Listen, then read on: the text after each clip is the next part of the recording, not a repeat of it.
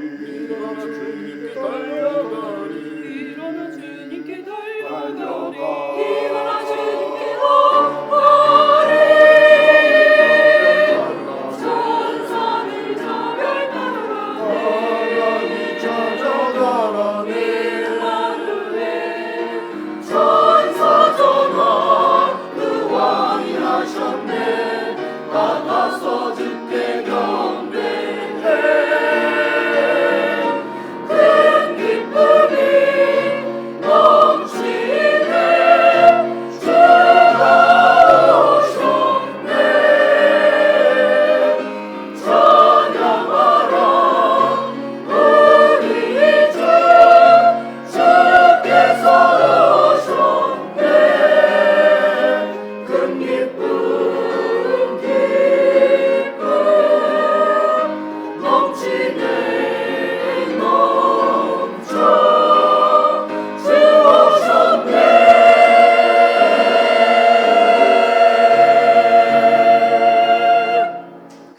할렐루야. 네, 감사합니다. 아주 큰 기쁨이 넘치는 찬양 잘 들었습니다. 다음에는 유대인의 왕으로 나시니 라는 주제로 말씀 전할 때 은혜 받으시기 바랍니다.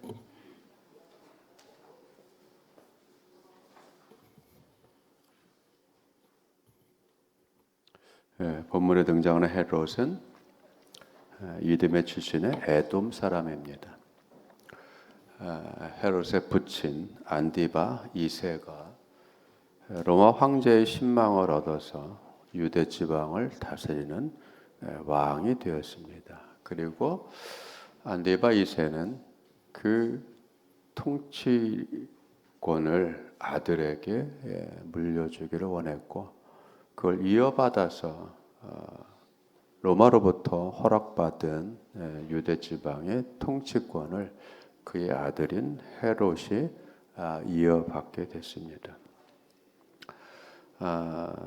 헤롯은 에돔 사람이기 때문에 유대인들의 신기를 또는 유대인들의 지지를 얻어내기 위해서 오랜 동안 예루살렘 성전을 증축하고 보강하는 쪽으로 많이 애를 썼습니다. 어마어마하게 성대하고 웅장하게 예루살렘 성전을 증축을 했고 그 공로로 인해서 제사장들뿐만 아니라 유대 힘 있는 사람들로부터 지지를 얻어냈습니다. 그리고 그의 통치 기간 동안 로마의 원로원으로부터 헤롯은 유대인의 왕이라는 칭호를 받았습니다. 오늘 본문에 등장하는 유대인의 왕이라고 하는 이 단어가 상당히 의미가 깊습니다. 왜냐하면 지금 현재 유대인의 왕으로서 살아있는 권력을 가진 사람은 헤롯입니다. 그런데 예기치 않게 돌연히 느닷없이 동방박사들이 나타났어요. 그리고는 메시아의 별을 따라왔다고 얘기하면서 예루살렘에 도착하여서 유대인의 왕으로 나신 네가 어디 있느냐? 우리가 그에게 경배하겠다라고 하는 쇼킹한 얘기를 합니다. 갓난아이를 왕으로 경배하기 위해서 아주 먼 곳으로부터 왔다는 이 소식은 예루살렘 전체를 뒤흔들어 놨습니다. 예루살렘의 정치 권력자와 함께 온 도시가 요동을 쳤다라고 기록되어 있습니다. 3절에 보면 헤롯 왕과 온 예루살렘이 듣고 함께 소동했다. 헬라어 원문에는 함께 소동했다. 함께라는 말이 들어있어요. 아마 이게 좀 더 적절한 번역일 거예요. 헤롯 왕과 온 예루살렘이 그 동방박사 사람의 얘기를 듣고 그냥 모두 함께 놀라서 소동하고 요란하게 요동을 치게 된 겁니다. 수도 예루살렘은 헤롯이 왕으로 지금 통치를 하고 있습니다. 거의 40년에 가까운 통치를 헤롯은 해왔는데 살아있는 권력이잖아요. 누가 살아있는 권력인 왕 다음으로 또 나오겠어요. 그렇다면 차기 왕은 헤롯 집안에서 나와야 되죠. 예루살렘에서 나와야 되죠. 그런데 헤롯에게는 이미 아들들이 있단 말이에요. 그런데 새로운 왕이 태어났다. 놀랍죠. 반가운 게 아닌 겁니다. 놀랄 수밖에 없는 겁니다. 근심이 되는 거죠. 걱정이 되는 거죠. 그러니 동방 박사들의 이 방문이 얼마나 큰 충격을 주었는지를 우리가 헤아려 볼 수 있습니다. 헤롯과 예루살렘이 함께 소동했다.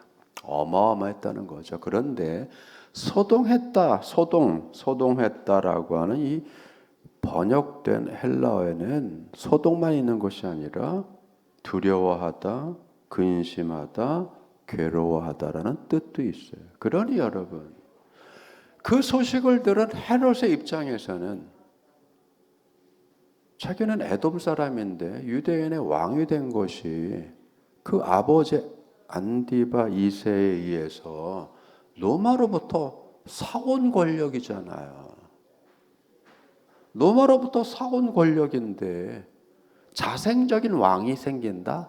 근심이 될 수밖에 없죠. 걱정이 될 수밖에 없죠. 두렵죠, 여러분.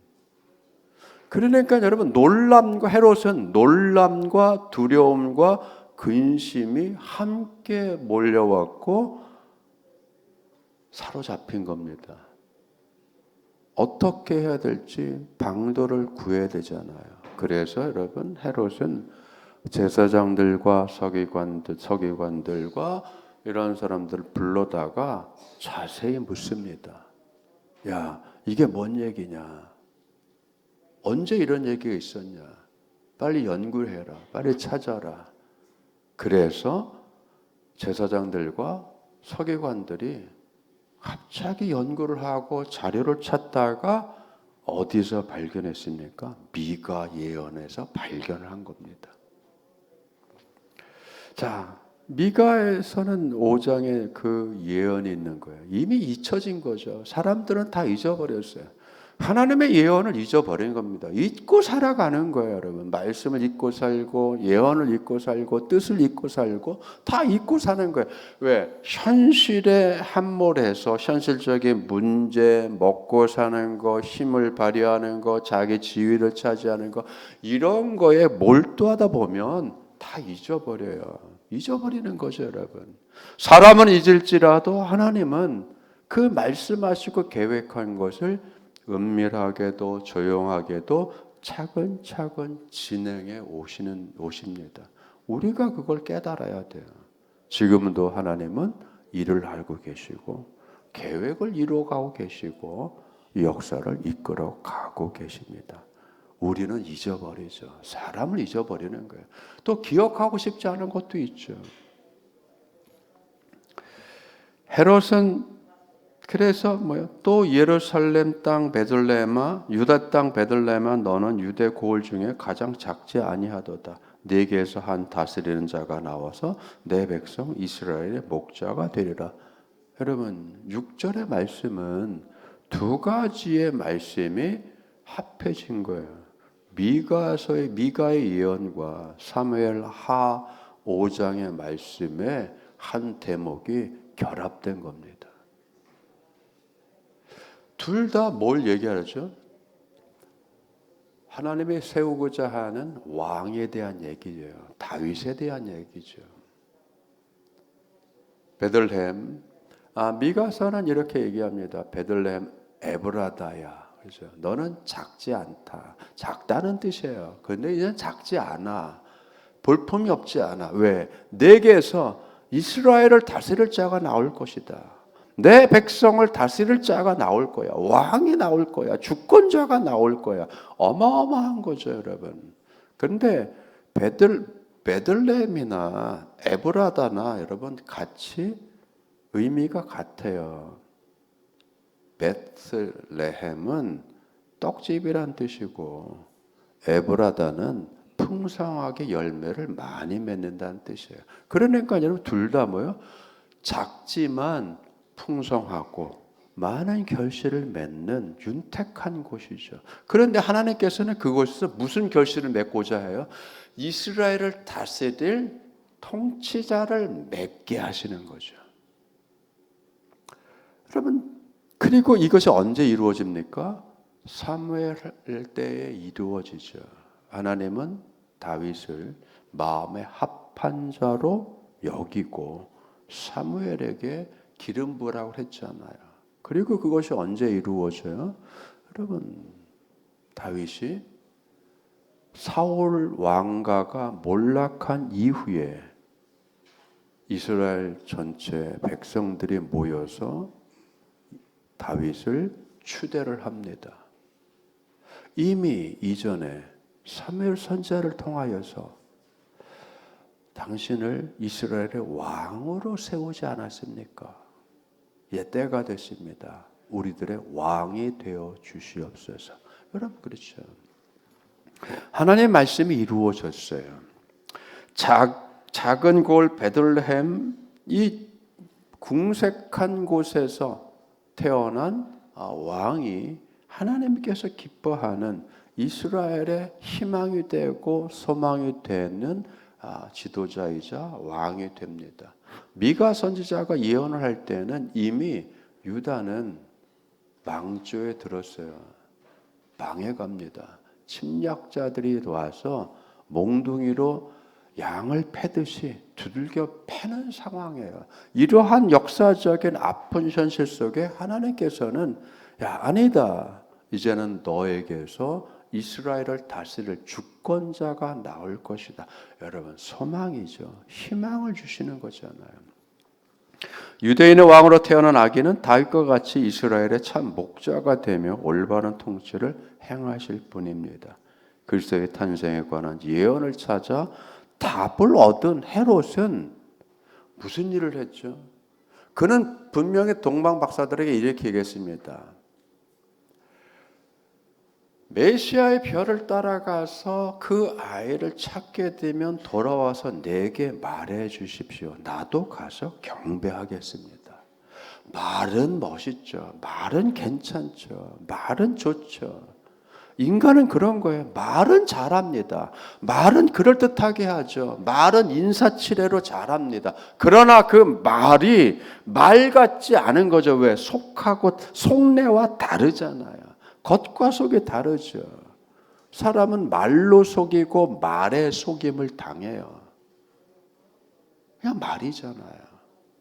되는 대로 말하고 거칠애로 말하고 좋게 말하고 근데 속은 아니잖아요. 헤롯은 어때요? 두려움과 근심과 욕심과 야망과 권력에 사로잡혀 있는 사람입니다. 내가 로마로부터 인정받은 유대인의 왕인데 나 외에 다른 왕이 태어난다고? 난 그거를 인정할 수 없어. 나는 그걸 묵과할 수 없어. 라고 하는 여러분 그 흉악한 결기가 그 마음속에 있잖아요. 그걸 감추고 구밀복검이라고 속은 칼을 가지고 있으면서 뱃속은 시커먼 칼을 가지고 있으면서 말은 번듯하게 그럴듯하게 인사치레로 말한다고 해서 그게 진실하지 않잖아요. 이런 의미에서 여러분 헤롯은 권력에 취한 자입니다. 그래서 어떻게 하죠? 동방 박사들은 밖에 나가서 다시 별의 인도를 받고 베들레헴에 가서 그 아기 예수에게 경배를 합니다. 그런데 꿈에 무슨 일이 벌어졌죠? 야, 헤롯에게 가지 마라. 다른 길로 가라. 여러분 그렇죠. 이 박사들은 꿈에 계시해 주신 하나님의 음성에 순종하여서 다른 길로 무사히 고국으로 돌아갑니다. 동방 박사들에게 속았다는 생각이 들었던 헤롯이 조치를 어떻게 취하죠? 2살 이하의 모든 사내 아이를 죽여라라고 명을 합니다. 이게 권력이에요, 여러분. 권력에 취한 자가 내릴 수밖에 없는 독단이죠. 권력에 대한 세계적인 연구자였던 모이제스 나임은 그의 책 권력의 종말이라는 책에서 이렇게 얘기합니다. 권력은 다른 집단과 개인들의 현재 또는 미래의 행동을 지시하거나 막을 수 있는 능력이다. 지시하고 막고 통제할 수 있는 힘, 능력이라고 하는 거죠. 사람은 이걸 갖고 싶어요. 이게 권력의 욕구죠. 이 사람만 이런 게 아니죠, 여러분. 서양 철학의 원류가 되는 아리스토텔레스는 인간 사회가 시작된 이후 권력은 어떤 형태든 영향력을 행사할 수 있는 힘이라고 파악하면서 아리스토텔레스는 사람에게 3가지가 있어야 행복하다고 그랬어요. 그게 뭐냐면 권력, 부, 우정. 권력이 있어야 되고 부를 가지고 있어야 되고 사람과의 관계, 우정을 나누고 의지를 나눌 수 있는 인간관계, 핵심 인간관계를 가지고 있어야 된다라고 해야 있어야 이것이 인간의 행복의 조건이라고 그랬어요. 토마스 호퍼는 이렇게 얘기합니다. 모든 인간은 대개 끊임없이 쉬지 않고 권력을 추구하는 경향이 있다. 권력 추구의 경향, 권력의 의지가 있다는 거죠. 초인, 위버맨시를 얘기했던 니체는 여러분 이렇게 얘기합니다. 나는 살아있는 것들을 볼 때마다 거기서 권력을 향한 의지를 본다. 심지어 하인일지라도 주인이 되고자 하는 의지를 보았다. 밑에 있는 사람일지라도 위로 올라가서 권력을 부릴 수 있는 주인이 되고자 하는 그러한 욕망, 그런 권력의 의지를 본다. 여러분, 이거는 위나 아래나 여러분 젊으나 나이가 많나 누구에게나 공통적으로 가지고 있는 권력의 의지라는 거예요. 힘을 행사하고 싶죠. 누가 남의 밑에서 휘둘림 당하는 걸 좋아하겠어요. 오히려 휘둘르고 좌지우지하고 그죠? 주재하고 싶고 다 하죠. 그 힘을 갖기를 원하잖아요. 그걸 가지면 행복하다고 생각하고 그게 없으면 어떻게 돼요? 인생 망했다고 하잖아요. 실패한 인생이라고 하잖아요. 자괴감에 빠지잖아요. 시리에 빠지잖아요. 권력은 인간이 행사하고 싶어하는 강제력을 대변하는 겁니다. 헤롯이 그랬죠, 여러분. 막아보려고 했잖아요. 누구의 뜻을 막아보려고 했죠? 하나님의 의지, 하나님의 계획, 하나님의 뜻을 막아보려고 그가 얼마나 부단히 애를 씁니까? 그래서 아이들까지 죽이잖아요, 여러분. 세상의 권력은 애들까지도 죽이는 거예요, 여러분. 죽이는 거죠. 그래서 세상은 죄와 사망의 왕노릇 아래에 있는 겁니다. 권력에 대해서, 왕권에 대해서 성경은 뭐라고 그래요? 취하는 힘, 빼앗는 힘이라고 합니다. 이스라엘이 가나안에 들어가서 살다가 사사들의 지도를 받고 사사들의 지위를 받고 사사들의 판결을 받다가 이제는 뭐야? 야, 우리도 왕이 있어야 되겠다. 주변국들처럼 우리도 왕이 있어야 되겠다. 하나님 왕 주십시오. 사무엘에게 달려가서 이런 백성들이 요구합니다. 왕 주십시오. 우리도 왕이 있어야 되겠습니다. 사무엘이 고민이 생겼죠. 이 사람들이 왜 이러나. 그래서 여러분 하나님 앞에 섭니다. 슬픈 마음으로 섭니다. 저들이 나를 버리고 왕을 달라고 합니다. 하나님께서 이렇게 대답했습니다. 야, 이스라엘 백성이 너를 버린 것이 아니라 나를 버린 것이다. 하지만 왕을 줘라. 하나님은 여러분 버림받아요. 하나님은 자기 백성들에게 버림을 받으면서까지 그 백성들의 요구를 들어주십니다. 놀랍죠, 여러분. 우리가 버림받는 게 아니라 우리가 하나님을 버려요. 하나님이 버림받는 걸 하나님이 괴념치 않습니다. 너를 버린 게 아니라 실상은 나를 버린 거야. 너는 저들의 말을 들어라. 왕을 세워라. 그러나 똑바로 얘기해줘라. 그들이 원하는 왕이 뭘 하는지를 그걸 분명히 알려주고 왕을 세워줘라 라고 하면서 여러분 하나님께서 왕이 할 일, 왕이 무슨 일을 하는지를 알려줘요. 그게 뭐죠? 뺏는 거죠.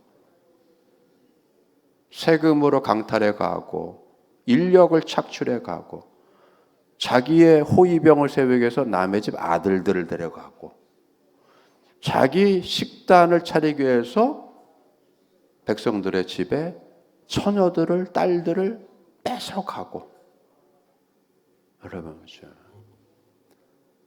제일 쉬운 게 뭐죠? 세금 걷어서 일하는 게 제일 쉬운 거예요. 제일 쉬운 거잖아요. 벌어올 생각은 안 하고 자기가 벌어올 생각은 안 하고 세금 걷어서 하는 게 얼마나 쉬워요. 더 내세요, 더 내세요, 더 내세요. 여러분 언제부터 그랬다고요? 옛날부터 그래요. 인간 왕은 그 짓을 하는 거예요, 여러분. 예나 지금이나 별 차이가 없죠. 벌어와야죠. 백성의 아버지가 됐으면 벌어와야죠. 밖에 나가서 세계 무대를 뛰어다니면서 벌어와야죠. 왜 자식들의 주머니를 털어서 자기 할 일을 해요? 그게 바로 하나님께서 지적하신 세상 왕의 못난 모습이란 말이에요. 뺏는 자, 취하는 자. 그래서 사무엘상에서는 계속 강조합니다. 너희 아들들을 취할 거다. 너희 딸들을 취할 거다. 너희 밭의 곡식과 재물을 취할 거다. 뺏을 거다. 취할 거다. 헤롯이 뭘 했습니까? 생명까지 빼앗았어요. 자기 권력을 유지하기 위해서, 자기 자리를 보존하기 위해서 2살 이하의 아이들의 생명을 뺏는다고 생각해서 얼마나 잔인한 거예요. 무자비하죠. 헤롯은 자신의 권력을 유지하기 위해 2살 이하의 사내 아이들의 목숨을 빼앗았습니다. 왕은 필요로 하는 것은 무엇이나 취하고 빼앗는 자인데 이제는 생명까지, 어린아이의 생명까지 빼앗는 그 자리까지 내려갔고 그렇게 타락해 버렸어요, 여러분. 그놈은 유대인의 왕이 뭔지. 세상은 남을 부리고 호령하며 통제하는 것을 높이고 동경하며 칭송합니다. 그러나 그것은 반쪽짜리 권력이잖아요. 반쪽짜리 힘이잖아요. 이런 반쪽짜리 권력은 창조적이지 않고 파괴적인 거예요. 온전하지 않은 거죠. 자신을 파괴하고 다른 사람의 삶을 파괴하기 때문입니다. 반면 서로를 살릴 수 있는 방향으로 행사하는 권력이 돼야 되잖아요. 교만을 버려야 돼요. 자기를 비워야 되죠. 겸손하게 권력을 생명을 살리는 쪽으로 부릴 때에 모두가 인정할 수 있는 창조적인 힘이 되는 겁니다. 여러분, 그렇죠? 우리 모두 마찬가지예요. 작고 큰 크기의 힘의 비교가 아니라 작은 권력을 갖던 큰 힘을 갖던 그 모든 행사는 우리 모두를 위하는 것이 되어야 되고 살리는 방향으로 힘들이 행사돼야 됩니다. 누가 그렇게 하셨죠? 주님이 그렇게 하셨어요. 그래서 왕 중에 왕이라고 하는 거예요. 동방박사들은 별을 따라 베들레헴에 도착했지만 꿈에 헤롯에게 돌아가지 말라고 하는 그 주권자의 말의 뜻에 순종합니다.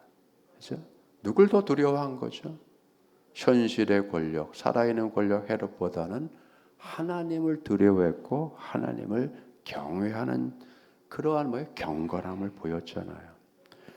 오히려 하나님을 경외하는 그들의 마음이 꿈의 일로 치부할 수 있는 거지만 그것을 진지하게 받아들입니다. 그리고 조용히 물러섭니다. 동방박사들이 아기 예수께 드린 예물인 황금, 유황과 모략을 이후에 예수님의 죽음을 예비했다라고도 해석할 수 있지만 여러분 이것은 더욱더 깊은 뜻이 있어요.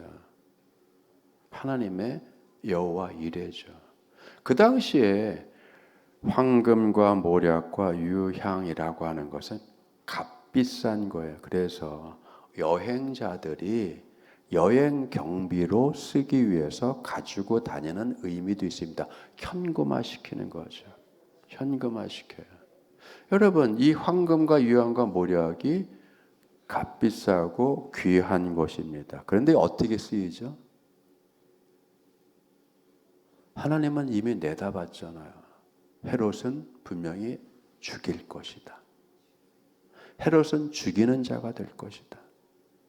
그게 살아있는 현재 권력의 한계죠. 그래서 하나님은 여행 경비를 마련해 주셨습니다. 누구를 통해서요? 동방박사를 통해서. 메시아인 것을 동방박사의 경배를 통해서 세상에 드러냈지만 조용히 헤롯의 칼날을 피해서 애굽으로 피신하여서 가는 그 여행과 애굽에서의 그 삶을 위해서 하나님은 동방박사들의 황금과 유황과 모략으로 경비와 생활비를 충당할 수 있게 해주셨어요. 놀랍죠, 여러분. 언제 요셉과 마리아 이 부모가 자기 아들이 30년 후에 죽을 걸 생각해서 유황과 황금과 유황과 모략을 30년 동안 보관하고 있다? 이건 앞뒤가 안 맞잖아요. 급하게 뭘로 쓰는 게 여행 경비로, 애굽에서의 생활비로. 하나님 아버지의 자상하신 부분이잖아요. 세밀하시고 자상하시고 여행 경비, 생활비까지 생각하셔서 애굽에서 외국 생활이 얼마나 고달프고 힘들어요. 그런 것들을 다 생각해서 여러분 이렇게 여비까지 마련해 주시는 하나님 놀랍죠, 여러분. 여러분의 삶을 이렇게 세세하게 우주의 통치자가, 우주의 주권자가, 창조주 하나님이 미천한 우리들에까지도 세세하게 살펴서 필요한 것들을 이렇게 마련해 주시기도 하시고 위험을 또 모면하게도 하시는 여러분. 그래서 하나님의 뜻이 온전히 이루어지는 방향으로 이끌어 가주시는 이 놀라운 은혜가 여러분의 삶 가운데 충만하기를 축원합니다. 살아있는 권력인 유대인의 왕이 하나님이 세우신 왕을 막아보려고 이렇게 또 잔인스럽게 애를 쓰지만 그러나 하나님의 뜻을 원천적으로 막아낼 수 없는 인간의 한계를 우리는 또 깨달으며 오히려 주님의 뜻에 순복하고 나아가는 순종의 믿음으로 주님께 은혜 가운데 또 함께 하시는 은총 가운데 매일매일을 영유하시기를 주님으로 축원드립니다. 기도하겠습니다. 은혜가 풍성하신 아버지 하나님 감사드립니다. 우리가 주님의 은혜 안에 살아가고 주님의 말씀 안에 우리의 삶이 이루어지고 또 영유하여 살아감을 또 깨닫고 감사를 드립니다. 우리는 잊을지라도 주님은 말씀하시는 바를 차근차근 세밀하고 정밀하게 이루어 가시는 주님이십니다. 아버지 하나님, 우리가 주의 말씀을 망각하지 않게 해주시고 언제나 기억하며 마음에 새기며 살아가는 저희들 되게 하여 주시옵소서. 감사드리며 예수님의 이름을 기도드리옵나이다. 아멘.